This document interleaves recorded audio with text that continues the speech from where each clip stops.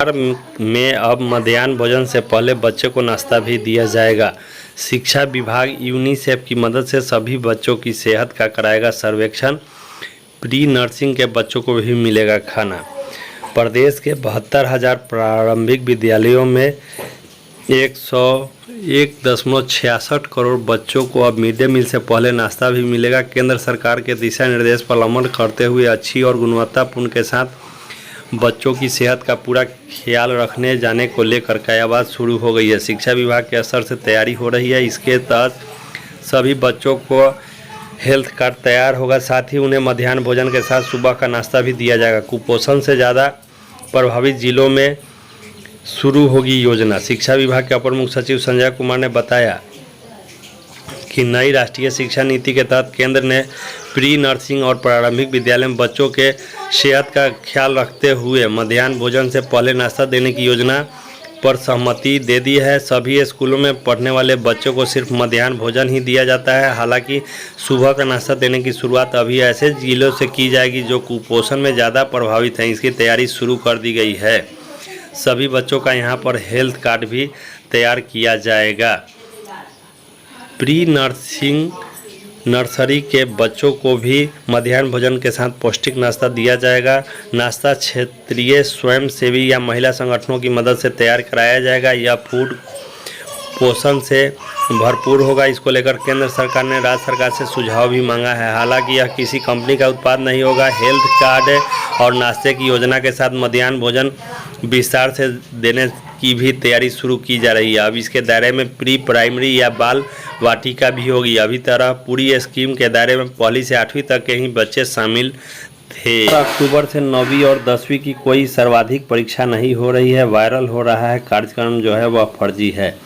बिहार विद्यालय परीक्षा समिति ने 9वीं और 10वीं की टर्मिनल परीक्षा का कोई आदेश जारी नहीं किया है। इस तरह की भ्रामक खबरें व्हाट्सएप सोशल मीडिया पर दी जा रही है। बोर्ड ने इस पर स्थिति स्पष्ट कर दिया है। 4 अक्टूबर से किसी तरह की परीक्षा नहीं होगी। वैसे भी 9वीं और 10वीं की परीक्षा का आदेश बिहार विद्यालय परीक्षा समिति जारी नहीं किया जाता है। इस संबंध में दिशा निर्देश कार्यक्रम माध्यमिक शिक्षा निर्देश बिहार सरकार की ओर से जारी होता है। राज्य पार्षद पूर्व सदस्य शैक्षणिक जयानंद यादव ने इसकी जानकारी बिहार के सभी राज्यों के प्राचार्यों को विभिन्न माध्यमों से दी है। राज्य के सभी स्कूलों के प्राचार्यों को ग्रुप मैसेज कर 9वीं और 10वीं की द्वितीय सर्वाधिक परीक्षा का आवंटन बांटकर वायरल कर रहा जो खबर है वह भ्रामक है। अगली अपडेट यहाँ पे देखें। पंचायत चुनाव को कट गई है गुरुजी की कमान। पंचायत चुनाव में ड्यूटी बजाने को लेकर गुरुजी की कमान कट चुकी है। जिले के गुरुजी पेट्रोलिंग मजिस्ट्रेट से लेकर पोलिंग ऑफिसर तक ड्यूटी बजा रहे हैं। जिले में 10 चरण में होने वाले पंचायत चुनाव के लिए गुरुजी को 2 चरण की पेट्रोलिंग पहले हो चुकी है। ट्रेनिंग पूरी हुई है तो चुनावी ड्यूटी के लिए नियुक्ति पत्र भी रिसीव करा दिए गए हैं। पुराने वेतन वाले गुरुजी पेट्रोलिंग मजिस्ट्रेट की ड्यूटी बजा रहे हैं तो पुराने वेतन में ही उनसे कम पगार वाले गुरुजी प्रोजाइडिंग ऑफिसर की ड्यूटी बजा रहे हैं। बच गए उनसे कम पगार वाले नए वेतनमान के गुरुजी तो उनकी ड्यूटी पोलिंग ऑफिसर ए से लेकर सी तक लगी हुई है। कोई पोलिंग ऑफिसर 1 की भूमिका में है तो कोई पोलिंग ऑफिसर 2 की। गुरुजी के साथ काम करने वाले 3rd ग्रेड के शिक्षेत्र कर्मचारी भी प्रोजाइडिंग ऑफिसर से लेकर पोलिंग ऑफिसर के रोल में नज़र आ रहे हैं। यानी अधिकतर पगार वाले 3rd ग्रेड के शिक्षेत्र कर्मचारी प्रोजाइडिंग ऑफिसर के रोल में तो उनसे कम पगार वाले 3rd ग्रेड के ही शिक्षेत्र कर्मचारी पोलिंग ऑफिसर 1 के रोल में नजर आ रहे हैं। बच गए गुरुजी के साथ काम करने वाले 4th ग्रेड के शिक्षेत्र कर्मचारी तो वो भी ड्यूटी से बचे नहीं हैं। ड्यूटी के लिए उनकी कमान कटी है पोलिंग ऑफिसर 3 के रूप में। हालांकि गुरुजी पहले ही शंकित थे, इसीलिए न जाने कितने चरण में ड्यूटी बजानी होगी। इस बात को लेकर भी सहमे हुए थे कि चुनाव में उनकी कौन सी गति होने वाला है।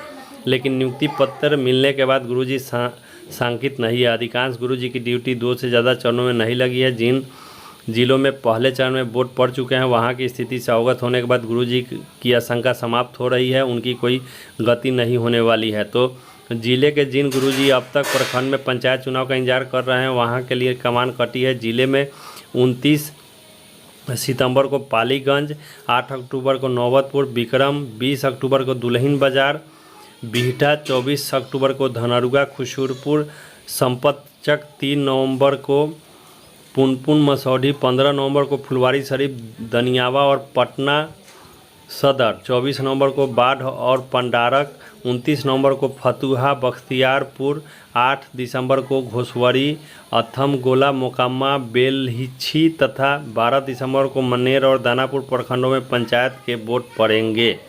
मिड डे मील के रसोइये के लिए जो मिड डे मील के रसोइये हैं वे मतदान कर्मियों के लिए भोजन पकाने की व्यवस्था भी कर रहे हैं। मध्याह्न भोजन योजना के रसोइये मतदान केंद्रों पर मतदान कर्मियों के भोजन पकाएंगे, चाय बनाएंगे। इस कार्य में आंगनबाड़ी सेविका सहायिका भी साथ रहेंगी। मध्याह्न भोजन योजना के रसोइये आंगनबाड़ी सेविका सहायिका तय मेनू के अनुसार भोजन बनाएंगी। मतदान के एक दिन पहले रात में ही चावल भोजन पकाने की ड्यूटी रसोई आंगनबाड़ी सेविका सहायिकाओं की शुरू हो जाएगी। इसीलिए कि मतदान के एक दिन पहले वाली रात में मतदान केंद्रों पर मतदान कर्मी पहुंचेंगे। मतदान केंद्रों पर रसोइये की तैनाती मध्याह्न भोजन योजना के जिला कार्यक्रम पदाधिकारी द्वारा तथा आंगनबाड़ी सेविका सहायिका की तैनाती समेकित बाल विकास परियोजना पदाधिकारी द्वारा की जाएगी। हालांकि मतदान कर्मियों को चाय एवं एक बार भोजन के एवज में पैसे चुकाने होंगे। 1 कप चाय के लिए 5 रुपये और एक बार भोजन के लिए 60 रुपये। भोजन में 200 ग्राम चावल, 100 ग्राम अरहर की दाल, 100 ग्राम आलू, मौसमी हरी सब्जी, 100 ग्राम भुजिया और छोटा प्लेट सलाद परोसे जाएंगे। दिसंबर के बाद 1200 प्राइवेट स्कूलों में लटकेगा ताला और हजारों शिक्षक होंगे बेरोजगार। केंद्र एवं राज्य के शिक्षा विभाग द्वारा निर्धारित नियमों का पालन नहीं करने वाले सारण के 1200 प्राइवेट स्कूलों में 31 दिसंबर के बाद ताला लटक जाएगा। निश्चित है कि जब इन स्कूलों में ताले होंगे तो इनमें कार्यरत शिक्षक और लगभग 10,000 कर्मी भी रोड पर आ जाएंगे। ऐसे कई स्कूल हैं 2022 में आफत आने वाली है। ऐसे में उनके संचालकों को 30 सितंबर से पहले अपने स्कूल से संबंधित सभी कागज अपलोड करा लेने हैं। इसकी सूचना जिला शिक्षा समग्र शिक्षा अभियान को जरूर देनी है। दरअसल बिहार शिक्षा परियोजना अब प्राइवेट स्कूलों के संचालन के लिए QR कोड जारी करेगी। यह कोड उन्हीं को मिलेगा जो विभाग के पोर्टल पर अपना ऑनलाइन कागज अपलोड करेंगे। जांच के बाद सही पाए गए तो उन्हें QR कोड दी जाएगी। साथ ही स्कूल संचालक की अनुमति भी मिल जाएगी।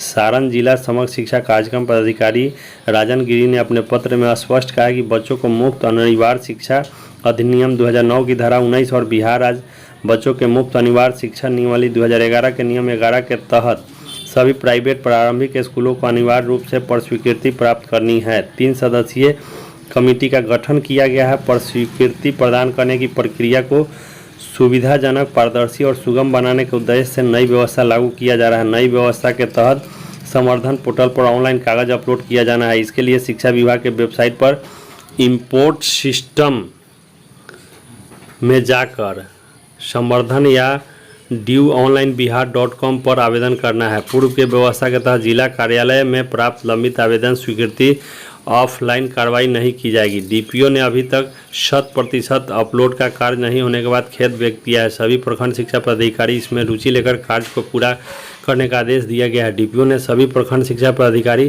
प्राइवेट स्कूल के अध्यक्ष, व्यवस्था प्रबंधन समिति को निर्देश देते हुए कहा है कि पूर्व से स्वीकृति प्राप्त 30 सितंबर तक ऑनलाइन कागज अपलोड करना सुनिश्चित करें ताकि निर्धारित मापदंड के तहत जांच की प्रक्रिया पूरी की जाए। 31 दिसंबर 2021 तक स्कूलों को QR कोड दिया जा सके।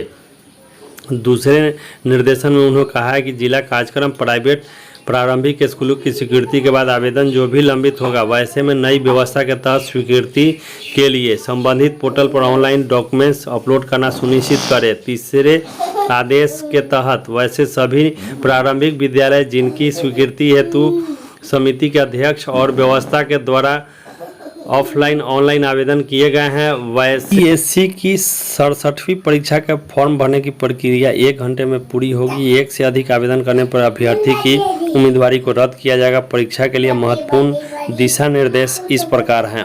ऑफलाइन फॉर्म भरते समय आरक्षण के कॉलम पर दावा नहीं करने वाले को दोबारा मौका नहीं मिलेगा। आरक्षण के उम्मीदवारों को स्थानीय आवासीय प्रमाण पत्र प्रस्तुत करना होगा।